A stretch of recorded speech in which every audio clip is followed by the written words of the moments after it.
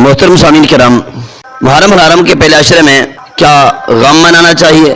جو کہ سوگ منانے کے جو دن ہیں،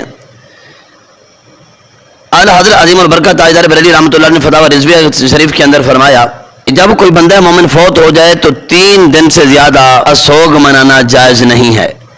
ہاں، عورت جو ہے وہ اپنے شوہر کا، اپنے خامند کا 4 مہینے 10 دن سوگ منائے، باقی کوئی بھی فوت ہو جائے تو 3 دن سے زیادہ سوگ منانا یہ شرعاً جائز نہیں ہے۔ باقی محرم الحرام کے پہلے عشرے کا سوگ جو مناتے ہیں تو یہ سوگ منانا بھی ناجائز ہے۔ نئے کپڑے بھی پہن سکتے ہیں، ناخن بھی کاٹ سکتے ہیں، حجامت بھی کروا سکتے ہیں۔ آج کل کچھ لوگ ایسا غم مناتے ہیں، رونا، پیٹنا، چیخنا، چلانا، حد سے بڑھنا۔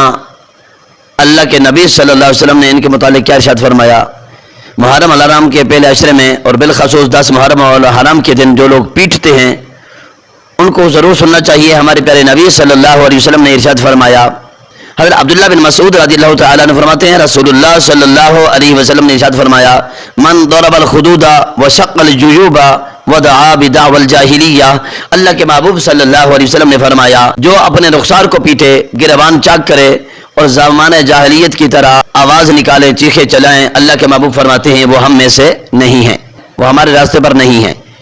تو وہ بھٹکے ہوئے راستے پر، وہ زمانہ جاہلیت کے راستے پر ہیں، وہ بھٹکے ہوئے راستے پر ہیں جو ایسا کرتے ہیں۔